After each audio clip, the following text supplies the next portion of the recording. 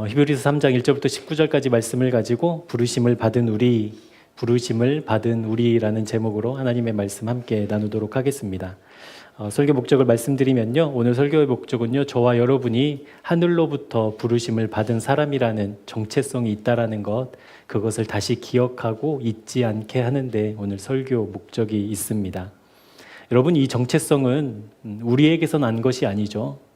하나님이 하늘로부터 우리를 부르셨다라는 것은 그 정체성이 하나님께 있다라는 거잖아요. 그것을 반듯하게 기억하는 것이 오늘 설교의 목적입니다. 이 정체성은 그러면 우리에게서 난 것이 아니고 하나님으로부터 우리에게 주어진 바 된 것이기 때문에 우리가 이것을 믿음으로 받는 것이 중요하지요. 그래서 그 정체성을 오늘 확인하고 또 그 정체성으로 무장해서 어떠한 상황과 환경과 문제와 또 슬픔과 역경과 고난 속에서도 우리 주님 놓치지 않는 믿음의 삶을 살아가는 저와 여러분 되었으면 좋겠습니다. 하나님이 우리를 어떻게 부르셨는가, 에베소서 1장으로 좀 가보시면 하나님이 우리를 부르심의 말씀이 있습니다. 에베소서 1장 3절부터 6절까지 말씀. 이 말씀은 너무 중요한 말씀이니까 여러분 표시해 놓으시고 이렇게 자주 보시면 좋겠어요. 하나님이 하늘로부터 우리를 거룩하게 부르셨다라는 그 부르심의 정체성의 내용이 여기에 기록되어져 있습니다. 에베소서 1장 3절부터 6절까지 말씀을 우리 합독해 보도록 하겠습니다. 찬송하리로다. 하나님 곧 우리 주 예수 그리스도의 아버지께서 그리스도 안에서 하늘에 속한 모든 신령한 복을 우리에게 주시되 곧 창세전에 그리스도 안에서 우리를 택하사 우리로 사랑 안에서 그 앞에 거룩하고 흠이 없게 하시려고 그 기쁘신 뜻대로 우리를 예정하사 예수 그리스도로 말미암아 자기의 아들들이 되게 하셨으니 이는 그가 사랑하시는 자 안에서 우리에게 거저 주시는 바 그의 은혜의 영광을 찬송하게 하려는 것이라. 아멘. 이 말씀에 의거하면 하나님이 우리를 하늘로부터 거룩하게 부르셨는데 그 거룩하게 부르신 내용이 무엇이라고 이야기하고 있냐면 하나님이 창세전부터 우리를 계획하시고 뜻하셔서 하나님을 찬송하는 인생, 하나님께 영광 돌리는 사람으로 세우시기 위한 하나님의 계획이 있다라고 선포하고 있잖아요. 그러니까 하나님이 우리를 부르신 그 부르심은 어디로부터 거슬러 올라가게 되냐면 태초로까지 거슬러 올라가게 돼요. 우리가 하나님을 의식하기 전, 온 세상이 지어지기 전부터 하나님은 저와 여러분을 향하신 계획과 뜻, 너는 내가 부른 거룩한 백성이야 라는 그 정체성이 있었다라는 것이죠. 창세전부터 나를 향하신 계획, 나를 향하신 뜻, 나를 향하신 하나님의 마음이 있었다라는 것을 믿음으로 받으면 여러분 어떤 일이 일어날까요? 그것을 믿음으로 받으면 우리에게 놀라운 변화가 일어나는데 어떤 변화가 일어나냐면 내 삶에 일어나는 일들이 해석이 되기 시작해요. 나에게 일어나는 수많은 일들이 비로소 이해가 되기 시작해요. 그런 변화가 있거든요. 요셉을 한번 생각해 보죠. 요셉은 하나님의 강권하시는 역사로 꿈을 꾸잖아요. 미래에 일어날 일에 대한 꿈을 꿔요. 자기가 꾸고 싶다고 꾼 것도 아니었지만 꿈을 꿔서 그 꿈을 이루시는 하나님 때문에 어떠한 삶을 살아가냐면 형들에게 미움받고 팔려가고 종노릇하고 노예 생활하고 감옥에 갇히고 그뿐만인가요? 배신도 당하고 잊혀지고 이러한 일들을 겪잖아요. 그러니까 하나님이 꿈이 이루어지는 것은 믿음으로 알겠는데 지금 내 현실은 이제 너무 힘드니까 괴로우니까 하나님 도대체 하나님의 꿈이 언제 이루어져요? 도대체 하나님의 때는 언제예요? 라고 물을 수 있잖아요. 그 꿈이 도대체 언제 이루어지냐고. 안 그래요? 그렇죠. 하나님 나에게 선명한 꿈을 주셨어. 그러면 이제 그거 이루어지는 게 우리의 소망인데 실제 내 삶은 그 꿈이 이루어지는 것과 정반대로 이렇게 진행되고 있다면 우리는 그런 물음을 묻죠. 그런데 요셉은 달랐다고 성경은 이야기해요. 시편 105편 18절 19절의 말씀을 제가 읽어드리도록 하겠습니다. 그의 발은 착고를 차고 그의 몸은 쇠사슬에 매였으니 곧 여호와의 말씀이 응할 때까지라. 그의 말씀이 그를 단련하였도다. 그러니까 요셉은 하나님의 꿈을 포기하지 않았지만 포기하지 않아서 하나님이 이루어 가시는 그 과정들이 너무 고단하고 힘들었지만 그래서 언제냐고 도대체 그거 맞는 거냐고 하나님께 원망하지 않고 하나님의 말씀으로 연단받아 무엇을 했다는 거예요? 그때까지 기다렸다라는 거잖아요. 여러분 하나님의 뜻과 계획이 나에게 있다. 그리고 그 뜻은 어느 날 갑자기 생긴 게 아니라 태초로부터 온 세상을 지으시기 전부터 하나님이 나를 향하신 계획과 뜻을 갖고 있다라는 것을 믿음으로 받으면 지금 내가 당하고 있는 고난과 슬픔과 어려움과 문제들은 결과가 아니라 과정이라는 것이 깨달아진다라는 뜻이에요. 과정이구나. 아, 하나님의 뜻을 이루어 가시는, 하나님의 뜻이 이루어지는 그 과정 중에 지금 내가 있는 거구나. 그 과정 중에 이러한 어려움, 슬픔, 아픔을 겪는 거구나라는 것이 이제 믿음으로 받아들이게 된다라는 것이죠. 그런데 우리가 종종 빠지는 실수가 있잖아요. 지금의 일이 마치 결과인 것처럼 우리는 받아들여요. 어려운 일을 당하고 힘든 일을 당하고 이렇게 막 새벽 예배 드렸는데 막 집에 안 좋은 일이 생기고 이것이 막 결과로 받아들여서 하나님 나 열심히 기도했는데 이게 뭐냐고 딱 간절히 금식하면서 주님께 매달렸는데 도대체 나에게 일어난 이런 상황들은 뭐냐고 이제 원망하기도 하는 우리들의 연약함이 있다라는 것이죠. 오늘 설교는 그런 실수를 범하지 말자라는 거예요. 왜냐하면 우리는 부르심을 받은 사람들이니까. 그것을 멈추자. 그런 믿음의 삶을 이제 끊어내고 태초로부터 우리를 향하신 하나님의 뜻이 변함없이 우리를 이끌어 가실 것이기에 내가 만나는 수많은 사건들 속에서도 하나님의 뜻을 바라보자라는 것이 오늘 설교의 목적입니다. 사랑하는 여러분, 저와 여러분은 하나님의 부르심을 받은 하나님의 백성들입니다. 믿으시죠? 우리는 그렇게 부름을 받아 이 자리에 있는 겁니다. 하나님의 부르심이라는 것이 만약 그 하나님이 실수가 아니시라고 한다면, 만약 하나님이 저와 여러분을 부르신 것이 그냥 재미로 우리를 부르신 것이 아니라고 한다면 여러분 그 부르심에는 분명한 목적이 있지 않겠어요? 우리 하나님이 재미로 저와 여러분을 부르시는 분은 아니시니까 그건 너무나도 분명하니까 하나님이 우리를 부르셨다라고 하면 그 부르심에 분명한 목적이 있을 텐데 그 목적이 우리를 이제 이끌어 간다라는 거죠. 하나님이 분명한 목적을 가지고 우리를 부르셨고 우리가 살아가는 이 시간과 공간 속에서 하나님의 뜻을 이루어 가시는 중에 그래서 우리에게 필요한 것이 뭐냐면 물론 믿음도 있어야 되지만 또한 순종도 필요하다라는 거예요. 순종. 왜냐하면 아까 시편 25편 말씀도 잠깐 전했지만 우리는 우리의 길을 걷는 사람들이 아니잖아요. 하나님의 하나님의 길을 보고 가르침을 받아서 그 길을 따르는 사람들이니까 그렇게 따라가려면 우리에게는 순종이 꼭 있어야 되거든요. 노예로 사는 것, 능욕을 받고 모함을 받고 누명을 뒤집어 쓰고 힘들고 괴롭게 사는 거 쉽지 않지요. 요셉의 삶이 그랬잖아요. 그럼에도 불구하고 요셉은 말씀을 의지했고 하나님의 약속을 의지했고 그것을 신뢰함으로 모든 시간 속에서 하나님의 역사, 하나님의 나를 부르신 나에게 그 꿈을 꾸게 하신 그 하나님의 뜻이 이루어져 갈 것을 신뢰함으로 그 모든 시간에 순종했듯이 우리도 우리를 향하신 주님의 뜻이 이루어지기 위해서 믿음의 눈으로 순종하는 것이 필요하다라는 것이죠. 그 순종함으로 하나님의 뜻이 이루어짐을 본 것처럼 사랑하는 우리 교회에 하나님을 향한 순전한 마음으로 순종하는 주님의 사람들이 곳곳에서 일어나서 하나님의 뜻이 이렇게 이루어가는구나. 도대체 하나님의 뜻이 아닌 줄 알았는데 하나님의 뜻 틀림없이 이루어지는구나 라는 것 우리 교회 곳곳에서 확인하고 경험되어지는 은혜 우리 함께 누렸으면 좋겠습니다. 그러기 위해서 우리가 순종의 사람이 되어야 돼요. 그 순종의 사람이 되게 해달라고 하나님 내 마음을 다해 주님 따르는 그 순종이 실제되게 해달라고 기도하는 우리 모두가 되기를 주님의 이름으로 축복합니다. 그렇게 주님을 순종하려면 이제 무엇을 순종해야 되는가를 잘 알아야 되는데 오늘 히브리서 3장 말씀을 통해서 구체적으로 어떻게 우리가 순종해야 될지 우리가 순종의 영역들을 좀 살펴보려고 합니다. 히브리서 3장은 여러분 우리가 같이 교독했지만 이렇게 쉽지는 않아요. 저도 이렇게 언제였죠?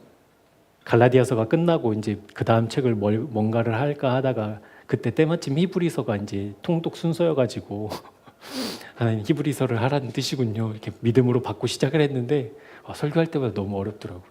그냥 볼 때랑 말씀이 좀 쉽진 않아요. 그런데 히브리서 3장의 전체 내용을 조금 요약해드리면 히브리서 3장은 무슨 이야기를 하고 있냐면 마음이 굳어지지 않도록 가만히 내버려 두지 말라는 말을 계속 반복하고 있어요. 마음이 굳어지지 않도록. 그러니까 우리가 구체적으로 하나님의 역사, 하나님의 계획, 하나님의 뜻을 경험하며 사는 인생이어야 되는데 그러려면 우리의 순종이 필요한데 우리의 순종은 우리의 마음이 굳어지지 않도록 내버려 두지 않는 것. 그것을 이야기하고 있거든요. 여러분 마음이 굳어진다라는 것은 어느 한순간에 갑자기 굳어지지는 않아요. 차근차근 서서히 굳어지는 거거든요. 그러니까 히브리서 기자는 지금 홍해 사건, 출애굽 사건을 통해서 이스라엘 백성이 어떻게 하나님 앞에 믿음 없는 백성으로 그렇게 하나님을 대적하는 사람들로 살아갔는가를 조명하면서 우리에게 그 경계하라고 권면하고 있는 거거든요. 너희들 마음이 서서히 굳어지는 것 민감하게 봐야 된다고. 그냥 가만히 멍하게 있으면 안 된다고. 이스라엘 백성이 출애굽을 하면서 이제 홍해가 갈라지고 그리고 마른 땅을 건너서 이제 가나안을 향한 여정을 시작하잖아요. 그때 이제 애굽의 군사들이 그 홍해에 이제 수장되고 막 그런 역사들을 경험하면서 홍해를 딱 건너서 이스라엘 백성이 하나님을 막 노래하고 막 찬양해요. 그런데 그 찬양과 노래가 얼마 가지 않아서 불평으로 다 바뀌잖아요. 원망으로 바뀌고 먹을 것이 없다, 물이 없다, 덥다, 춥다, 불편하다, 힘들다, 괴롭다, 질린다, 이제 뭐 이런 표현들로 다시 애굽으로 돌아가자라고 이야기를 한다라는 거예요. 그러니까 그 순간들이 쌓이고 쌓여 이스라엘 백성이 40년이라는 시간을 어떻게 보내냐면 하나님을 막 영화롭게 하고 하나님을 막 경배하고 찬양하면서 보내는 것이 아니라 순간순간마다 위기가 있을 때마다 문제가 있을 때마다 일이 터질 때마다 우리 다시 애굽으로 돌아가자라고 외치고 살았던 것. 그 시간들이 쌓이고 쌓여 이스라엘 백성들의 마음이 굳어졌다라고 이야기해요. 그리고 마음이 굳어진 것을 오늘 본문 19절에서는 그들이 믿지 않았다. 하나님을 믿지 않았다라고 진단하고 있다라는 것.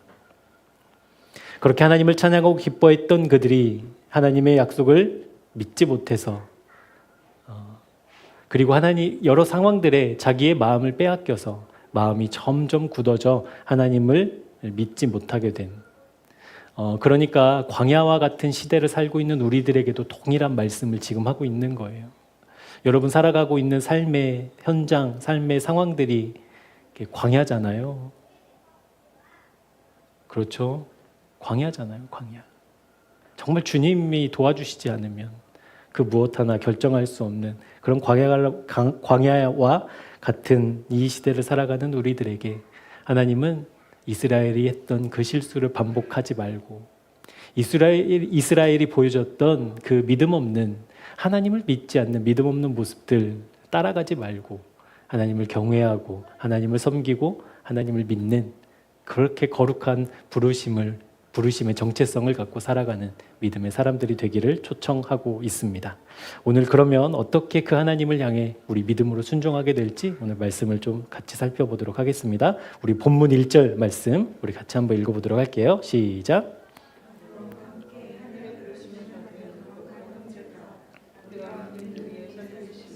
대제사장이신 예수를 깊이 생각하라. 아멘.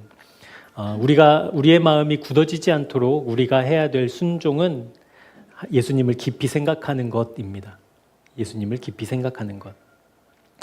히브리서 기자는 그 예수님을 두 가지 직분으로 설명을 하고 있어요. 사도와 대제사장.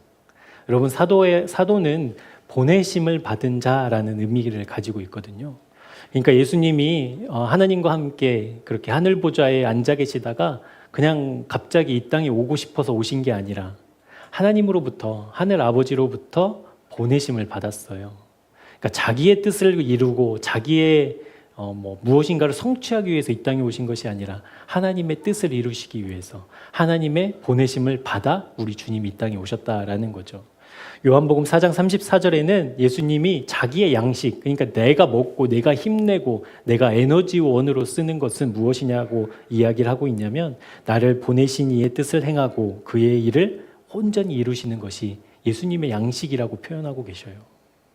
그러니까 예수님은 철저하게 물론 스스로도 오실 수 있는 분이시고 오셔서 온 세상을 구원하실 수도 있지만 예수님은 철저하게 하나님의 뜻을 따라서 하늘 아버지의 보내심을 따라서 부르심을 따라서 이 땅에 오신 사도와 같다라는 거예요.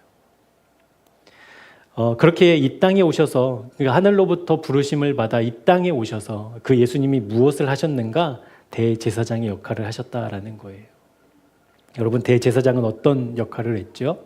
백성과 하나님 사이에서 가교 역할을 했잖아요. 그러니까 사람은 죄가 있고 완전하지 않기 때문에 감히 하나님 앞에 나아갈 수 없는 존재였지만 하나님이 유일하게 대제사장 한 명만 7월 10일 대속죄일 한 번, 1년에 딱 한 번 그 지성소에 들어가서 하나님의 말씀을 직접 듣고 받아서 그것을 전하는 그 역할을 했던 사람이 대제사장이었잖아요. 그런데 이 대제사장도 완전한 사람이 아니기 때문에 자기를 정결케 하는 그 예식을 따라서 1년에 딱 한 번만 들어갈 수 있었어요. 그런데 우리 주님이 오셔서 어떻게 하셨냐면 그 휘장을 찢으셨잖아요. 그러니까 아무나 들어갈 수 없는 1년에 딱 한 번만 약속된 사람만, 준비된 사람만 들어갈 수 있는 그 자리에 우리 주님이 오셔서 그 길을 활짝 열으신 거예요. 누구나 언제나 어디서나 상관없이 우리 하나님을 마주할 수 있는 대제사장의 역할을 감당하셨다라는 것. 그러면 예수님께서 이 땅에 사도로 오셨고 대제사장으로 오셔서 여러분 무엇을 하려고 하셨는가라는 거예요. 그것이 중요하다라는 거예요. 예수님이 사도로 오셨어요. 대제사장으로 오셨어요. 그래서 도대체 무엇을 하시려고 하셨는가? 히브리서 기자는 무엇을 이야기하고 있냐면 우리를 살리시려고 하신다라는 거예요. 사도요 대제사장이신 예수는 저와 여러분을 살리시려고 오셨다라는 거예요. 요한복음 10장 10절 이 말씀도 우리가 잘 알고 있고 또 너무 중요한 말씀이니까 한번 찾아보도록 하겠습니다. 요한복음 10장 10절 말씀.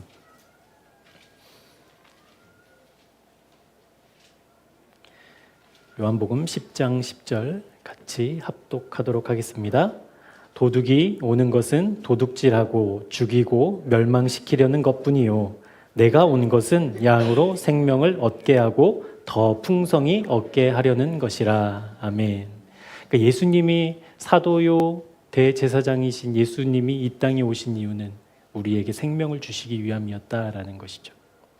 그러니까 히브리서 기자가 지금 로마의 압제와 로마의 핍박 가운데 있어 고통과 눈물과 슬픔 가운데 그리고 그 믿음의 위협을 당하고 있는 믿음을 지키려는 그 그리스도인들에게 예수를 깊이 생각하라라고 말했던 것은 우리 주님께서 이 땅에 오셔서 우리에게 생명을 주시기 위해서 한치의 흐트러짐 없이 주님의 뜻을 이루셨잖아요. 그러니까 심지어 죽음이 그것을 막으려고 했지만 종말이라는 모든 것을 끝내는 그 권세를 가진 죽음이 예수님의 그 구원을 막으려고 했지만 우리 예수님은 그 죽음을 뚫고 그 죽음을 극복하고 하나님의 뜻을 이루셨잖아요. 그러니까 지금 로마 그 헬라 지역에 로마의 압제로부터 믿음을 지키고 있는 믿음의 사람들에게 히브리서 기자가 예수를 깊이 생각하라고 이야기했던 것은 무엇이냐면 하나님의 뜻은 틀림없이 이루어진다. 너에게 생명 주시려고 오신 그 예수가 죽음도 막을 수 없었던 것처럼 너희들이 지금 고난과 핍박과 압제와 슬픔과 눈물을 짓고 있다 하더라도 너희를 향하신 하나님의 뜻은 반드시 이루어진다. 그것을 기억하고 그것을 마음에 새기라고 권면하고 있다라는 겁니다. 하나님의 뜻은 저와 여러분을 살리는 겁니다. 이것은 죽음도 막을 수 없습니다. 그 어떤 권세자도 취소시킬 수 없습니다. 그 무엇으로도 그 누구로도 끊을 수 없는 하나님의 사랑이 우리에게 흘러가고 있어요. 그것을 기억하라는 거예요. 그것을 되새기라는 거예요. 그것을 날마다 선포하라는 거예요. 왜요? 우리의 마음이 굳어지면 안 되니까. 이런저런 상황에 이런저런 사건에 내 마음이 빼앗겨서 천천히 내 마음이 굳어져 결국 하나님 믿지 않는 믿음 없는 사람으로 살아가게 만드는 그 유혹으로부터 벗어나 날마다 나를 위해 오신, 나에게 생명 주시기 위해 오신, 죽음을 뚫고 이기신 그 예수를 깊이 생각하라고, 깊이 묵상하라고, 깊이 되새기라고 히브리서 기자는 권면하고 있다라는 겁니다. 우리 주님이 오셔서 죽음을 뚫고 부활하시잖아요. 그 죽음을 정말 이렇게 뛰어넘어서 부활하시고 승천하셔서 우리를 그냥 잘 살아봐라 이렇게 하시지 않고 성령님을 보내주시잖아요. 성령님이 보내주셔서 성령님이 각자의 마음에 내주하셔서 이제는 내가 어디로 가든지 무엇을 하든지 심지어는 내가 잠을 자고 있는 그 동안에도 우리 성령님은 우리와 함께 하시는 그 놀라운 은혜를 보여주셨다라는 겁니다. 왜 이렇게까지 주님이 하셨어야 됐는가? 저와 여러분을 살리기 위한 하나님의 사랑이라는 거예요. 그것이 하나님의 뜻이라는 거예요. 그것을 기억하라는 거예요. 그러니까 지금 핍박당하고 박해당하는 그러한 상황들을 무시하고 그것들을 피하고 이런 이야기가 아니라 그거는 그거대로 인정하지만 아까도 말씀드렸다시피 하나님의 뜻은 그 과정 중에 있는 거니까 그 과정 중에서 너희들의 마음이 때로는 너무나 극심한 핍박 때문에 마음이 굳어지지 않기 위해서 날마다 순간마다 나를 위해 나에게 생명을 얻게 하시고 더 풍성히 얻게 하시기 위해서 이 땅 가운데 오신 우리 예수 그리스도를 깊이 묵상하고 깊이 내 마음에 모시고 그 주님을 향한 마음을 드리는 그 삶을 살라고 권면하고 있다라는 것이죠. 여전한 하나님의 뜻이 있음을 우리 믿음으로 선포했으면 좋겠습니다. 여러분이 어떠한 상황에 놓여도 여러분이 지금 어떠한 상태라고 해도 어떠한 느낌이라고 해도 상관없이 하나님의 뜻은 우리에게 향하고 있습니다. 우리에게 흐르고 있습니다. 그리고 하나님의 때에 하나님의 방법으로 반드시 이루어 가실 겁니다. 근데 이것을 믿음으로 지키려면 우리에게 오신 예수를 깊이 생각해야 됩니다. 묵상해야 됩니다. 새겨야 됩니다. 그렇게 하지 않으면 상황의 환경의 문제에 우리의 마음이 점점 굳어지기 때문에 그렇거든요. 그러니까 예수를 깊이 생각하는 그 순종의 사람으로 살아가는 저와 여러분 되기를 축복합니다. 두 번째, 우리가 순종해야 될, 마음이 굳어지지 않도록 우리가 순종해야 될 두 번째는 소망과 자랑을 굳게 잡으라라고 말씀하고 있습니다. 우리 본문 6절입니다. 본문 6절에 보면 그리스도는 하나님의 집을 맡은 아들로서 그와 같이 하셨으니 우리가 소망의 확신과 자랑을 끝까지 굳게 잡고 있으면 우리는 그의 집이라. 두 가지를 잡고 있으래요. 소망의 확신과 자랑. 소망의 확신과 자랑은 특징이 있어요. 어떤 특징이 있냐면 믿음 없이는 잡을 수 없어요. 그 특징이 있거든요. 소망의 확신도 믿음이 있어야 되고요. 자랑도 믿음이 있어야 돼요. 여러분, 소망은 지금 일어난 일이 아니잖아요. 앞으로 일어날 일이거든요. 근데 앞으로 일어날 일이 나에게 영향을 미친다라는 것은 믿음 없이는 안 되는 거거든요. 우리 다니엘 어린이부가 저렇게 수요 예배 오는 게 참 귀하잖아요. 예쁘기도 하고 또 밉기도 해요. 때로는 막 뒤에서 춤추고 막 이러고 그러면 정신 사납기도 하고. 하여튼 귀해요, 우리 아이들이.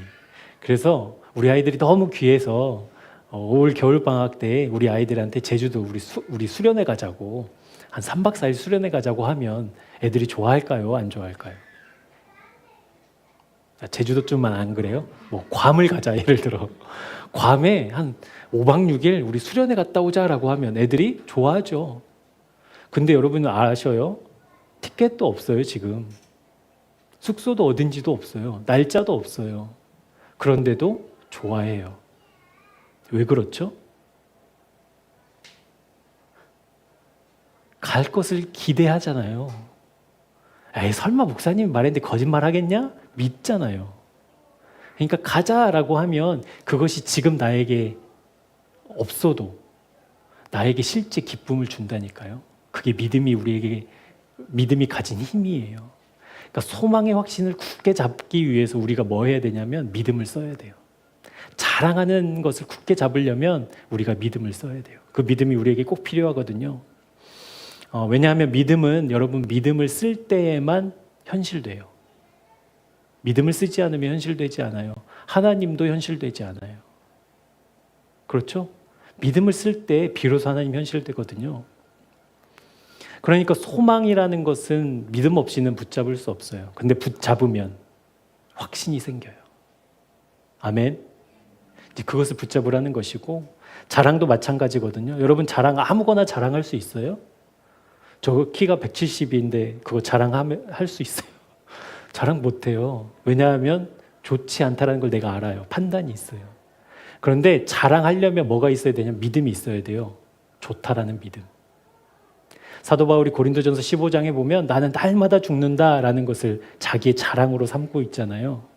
여러분 날마다 죽는 자기의 인생이 왜 자랑거리겠냐고요. 날마다 죽어야만 하는 인생이라고 하면 그거 비참한 인생일 텐데 왜 사도 바울은 그것을 자랑이라고 이야기하냐고요. 그것이 그러니까 날마다 내가 주님 안에서 죽는 것이 좋다라는 믿음 없이는 자랑할 수 없는 거거든요. 그렇게 믿음을 써서 소망의 확신과 자랑을 붙드는 사람을 하나님은 하나님의 집이라고 표현하고 있습니다. 하나님의 집이라는 것은 우리의 소속을 의미해요. 우리의 소속이 세상이 아니라 하나님 소속이라는 거예요. 여러분, 우리는 문제에 소속된 사람 아닙니다. 믿으시죠? 우리는 문제에 소속된 사람 아니에요. 우리는 슬픔과 죽음과 절망에 속한 사람들이 아니에요. 우리는 하나님으로부터 태초로부터 우리를 향하여 부르심을 입은 사람들이기 때문에 우리는 하나님 소속이에요. 여러분, 하나님 소속은 어떤 의미가 있어요? 하나님 소속. 하나님의 통치가 이루어지잖아요. 하나님의 말씀이 이루어지고 하나님의 뜻이 이루어지는 하나님 소속.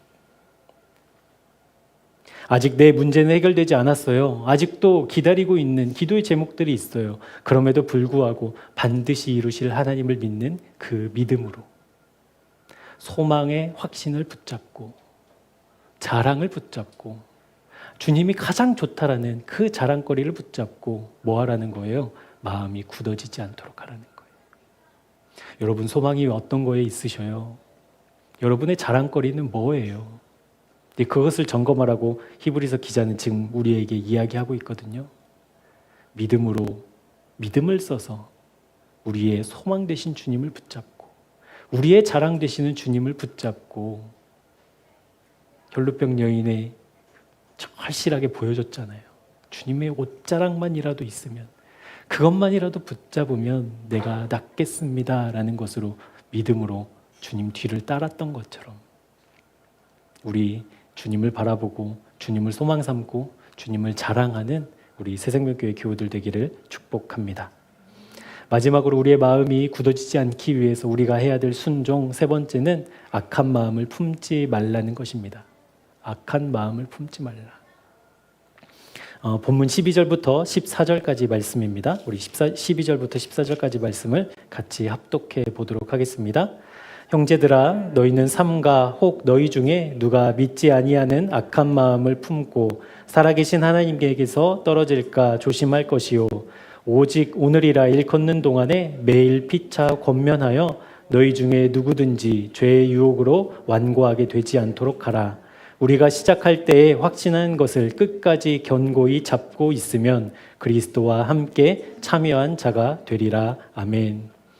히브리서 기자가 얘기하고 있는 악한 마음은 민수기 14장을 배경으로 해요. 하나님이 약속하신 가나안 땅에 들어가기 전에 정탐을 보내잖아요. 백성 10명은 이제 그 땅이 아니라고 얘기하고 여호수아와 갈렙만 그 땅이 맞다. 하나님이 땅이다. 하나님이 약속하신 곳이다 라고 이야기를 하잖아요. 하나님이 약속하신 그 땅이 맞다라는 그 여호수아와 갈렙을 대하는 이스라엘 백성들의 모습을 하나님이 오늘 악하다라고 이야기하고 있다는 거예요. 악하다. 하나님이 그들을 악하다고 말씀하신 이유는 뭐 다른 것이 아니었어요. 하나님이 악하다라고 보는 것은 딱 하나, 그들이 하나님을 믿지 않았다. 하나님을 믿지 않았다. 여러분 믿지 않은 이유가 있을 거 아니겠어요? 이스라엘 백성이 왜 하나님 믿지 못했죠 그때? 조건 때문이거든요. 조건. 어떤 조건이었냐면 정탐을 해보니까 그 땅 거주민은 강했어요. 성읍은 견고했어요. 그리고 힘이 큰 안악 자손들이 살고 있어요. 이런 조건들을 보니 하나님의 뜻이 이루어질 수 없지. 그것은 즉 하나님의 뜻, 하나님의 계획, 하나님의 뜻을 신뢰하지 않았다라는 거잖아요. 그러니까 그런 조건 때문에 하나님 믿지 않은 백성들을 향해 하나님은 뭐라고 이야기하냐면 믿음이 없다, 믿음이 작다라고 표현하시지 않고 악하다라고 표현하고 있어요. 그러니까 조건을 보느라 주님을 놓치는 것이 악이라는 거예요, 여러분. 알아요, 하나님 계신지. 하나님이 지금까지 나를 여기까지 이끌어 오신 것도 알아요. 이스라엘 백성도 경험했잖아요, 누렸잖아요, 봤잖아요. 그런데도 조건의 마음을 빼앗겨서 하나님이 뜻이 아닌가 봐, 이게 악하다라는 거예요. 그런데 여러분, 이스라엘 백성이 말한 그 조건은 맞죠? 그거 뭐 꾸며낸 얘기가 아니죠. 그러니까 실제로 분명한 사실이었거든요. 그런데 여러분, 하나님이 인정하시는 믿음은 어떤 믿음이냐면 조건보다 누구를? 하나님을 더 크게 보는 것이 믿음이라는 거예요. 그러니까 하나님보다 조건을 크게 보는 것을 하나님은 악이라고 봐요. 그러니까 히브리서 기자가 지금 이 믿음을 지키고 선한 싸움을 싸우고 있는 그들에게 너희들이 악하다라고 인정받지 않으려면 너희들이 당한 슬픔보다 하나님이 더 크시다. 너희들이 당한 그 핍박보다 하나님의 뜻이 더 크시다. 너희들이 당한 슬픔과 눈물보다 하나님이 더 위대하시다. 이걸 놓치는 순간 우리는 악한 존재가 되어버린다는 것.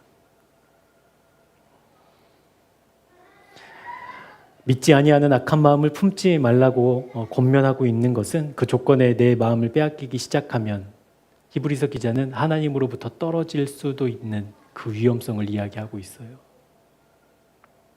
하나님이 아닌 조건을 보고 그것을 품는 결과가 그렇게 무섭다라는 것을 선포하고 있는 것이죠. 그래서 무슨 방법을 권면하고 있냐면 혼자 애쓰고 혼자 노력하는 것도 필요하지만 어떻게 하라고 했어요? 오늘 일하는 매일 서로 권면하여 돌보라. 서로 돌보라. 확신한 것을 끝까지 붙잡기 위해서는 무엇이 필요하냐면 여러분 서로 돌보는 것이 필요해요. 우리의 마음이 하나님 앞에 굳어지지 않으려면 여러분은 홀로 정직하게 하나님 앞에 서는 시간이 꼭 필요합니다. 맞죠? 꼭 있어야 돼요. 그거 없이는 안 돼요. 그런데 여러분, 믿음의 공동체에 머무는 것이 그것만큼 또 중요해요. 믿음의 공동체 안에 있는 것. 그래서 예배가 중요하고요. 그래서 모임이 중요하고요. 그래서 교제가 중요하다고 말씀드리는 거예요. 내가 홀로 하나님 앞에 아무리 애써도 믿음의 공동체 없이는 그 믿음을 붙잡은 것을 끝까지 유지하기가 정말 쉽지 않거든요.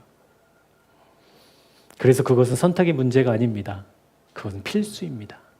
내가 하나님을 믿는다, 하나님을 예배한다, 하나님을 사랑한다 라고 하면 내가 속한 믿음의 공동체가 있어야 돼요. 반드시 그러거든요.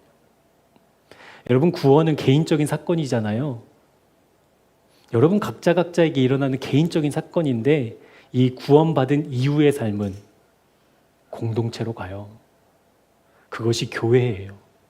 그렇게 각자 하나님으로부터 부름받아 구원받아 주님과 연결된 믿음의 사람들이 모여서 각자의 모습으로 각자의 기능으로 이 교회를 세워가는 곳이 하나님의 교회잖아요.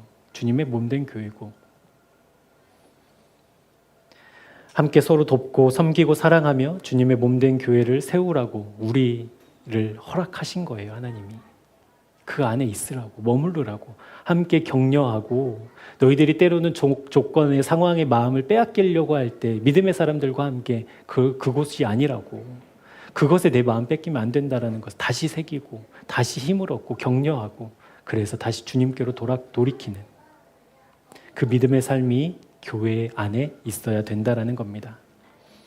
여러분, 피곤하지요? 신앙생활 제대로 해보려면 어렵지요. 시간도 많이 빼앗기고 또 쉬고 싶을 순간도 있지요. 알죠. 그러나 공동체를 비껴나면, 공동체에서 한 발짝 발을 빼고 있으면 틀림없이 시간이 지나면 지날수록 마음 굳어집니다. 틀림없습니다. 어느 날 갑자기 우리의 마음이 굳어지지는 않는다고 말씀드렸어요. 천천히 서서히 우리의 마음을 굳혀요. 사탄은 우리가 의식하지 못하게 그렇게 일하고 있습니다. 여러분, 마음이 굳어지면 믿음이 작동되지 않아요. 마음이 굳어지면 하나님이 실감나지 않아요. 하나님 외의 것들이 더 크게 느껴지고 더 크게 들리기 시작합니다. 오늘 말씀의 권면대로 하늘의 부르심을 받은 거룩한 형제들인 저와 여러분은 날마다 깨어서 우리의 마음이 어디를 향하고 있는가, 우리의 마음이 무엇을 바라보고 있는가, 무엇을 붙잡고 있는가, 어디에 머무르고 있는가를 면밀히 살피는 지혜가 실제되기를 주님의 이름으로 축복합니다. 그 길에 우리 각자가 서 있는데 우리 함께도 가는 거니까. 그러니까 믿음이라는 것은 각자의 길이기도 하지만 우리의 길이기도 하니까 서로 손잡고 서로 돌보고 권면해서 그 하나님이 부르신 부름의 길을 갈 때 우리의 힘으로만이 아니라 주님이 부르신 믿음의 동역자들과 함께 그 길을 완주하는 우리 교회 되었으면 좋겠습니다. 사랑하는 하나님께서 오늘 우리에게 말씀하신 우리의 마음이 굳어지지 않도록 날마다 예수를 생각하고 날마다 우리의 소망 되신, 우리의 자랑 되신 주님을 붙잡고 그리고 함께 돌보아 피차 권면하여 주님의 뜻을 이루어가는 아름다운 믿음의 공동체 되기를 우리 이 시간 함께 기도했으면 좋겠습니다. 이 일을 위해서 저와 여러분이 부름을 받은 거거든요. 이 일을 행하시기 위해서 저와 여러분에게 말씀하고 계시는 거거든요. 하나님, 내 마음 굳어지도록 내버려두지 않겠습니다 라는 믿음의 고백 오늘 이 시간 올려드렸으면 좋겠습니다. 그런 부름받은 우리 되기를 축복합니다. 기도하겠습니다. 우리를 부르신 거룩하신 하나님, 우리를 향하신 주님의 부르심은 그 누구도 무엇도 끊을 수 없습니다. 그럼에도 불구하고 상황에, 문제에, 내 상태에 집중하는 우리의 연약함으로 온전히 주님의 부르심에 응답하지 못한 우리의 잘못 용서하여 주옵소서. 우리 주님께서는 친히 사도여 대제사장으로 오셔서 온갖 고난과 순환을 당하시고 죽임을 당하셨습니다. 그렇게까지 하신 이유는 우리를 살리시기 위함이었습니다. 죽음도 그 사랑을 끊을 수 없었습니다. 그리고 지금도 우리 각자에게 이 사랑이 흐르고 있음을 믿습니다. 사랑하는 주님, 우리가 온전한 믿음으로 주님을 바라고 사랑하게 하셔서 우리의 마음 굳어지지 않는 은혜 허락해 주옵소서. 사랑하는 교회를 허락하셨사오니 이 교회를 통해 서로 격려하고 돌아보아 주님의 뜻이 아름답게 이루어지는 은혜가 실제되게 하여 주옵소서. 하나님의 집으로 굳건하게 세워지는 은혜가 우리 각자와 교회 이외에 충만히 임하기를 간절히 소망하며 예수 그리스도의 이름으로 기도합니다. 아멘. 우리를 거룩한 부르심으로 부르시는 주님의 은혜를 날마다 감사하고 누리는 인생 되기 원합니다. 그냥 부르신 것이 아니라 그 아들을 내어주시면서까지 우리를 부르신 그 사랑을 경험한 우리가 이제 그 생명으로 그에 합당한 삶을 살아내기 원합니다. 주님, 날마다 우리 마음의 계심을 확인하고 언제 어디서든지 나와 동행하시는 주님을 주목하고 주님의 손길, 주님의 마음을 받아 무슨 일을 하더라도 주님 앞에서 부끄럽지 않은 우리가 되게 하셔서 이 땅 위에서 하늘의 부르심을 받은 구별된 사람으로 살게 하여 주옵소서. 그렇게 살려고 애쓰는 우리이지만 어느새 상황과 환경과 문제를 마음에 담아 마음이 굳어져가는 연약한 존재임을 확인합니다. 오늘 말씀을 통해 사도요 대제사장으로 오신 예수를 깊이 생각하라고 말씀해 주셨습니다. 우리에게 오신 주님을 향한 정직하고 바른 마음으로 주님을 묵상하는 삶 되게 하여 주옵소서. 소망의 확신과 자랑을 믿음으로 취하라고 말씀해 주셨습니다. 우리에게 믿음 주셔서 우리의 유일한 소망과 자랑이 주님 되게 하여 주옵소서. 조건과 상황으로 하나님의 뜻 믿기를 거부했던 이스라엘의 모습을 통해 악한 마음을 품지 말라고 하셨사오니 상황이 아닌 주님을 가장 먼저 바라보는 참 믿음이 실제되게 하시고 믿음의 동역자들과 함께 이 여정을 함께 걸어가는 하늘의 기쁨 누리게 하여 주옵소서. 사랑하는 주님, 하루하루 주님을 향한 우리의 사랑이, 우리의 믿음이, 감사가 깊어지면 좋겠습니다.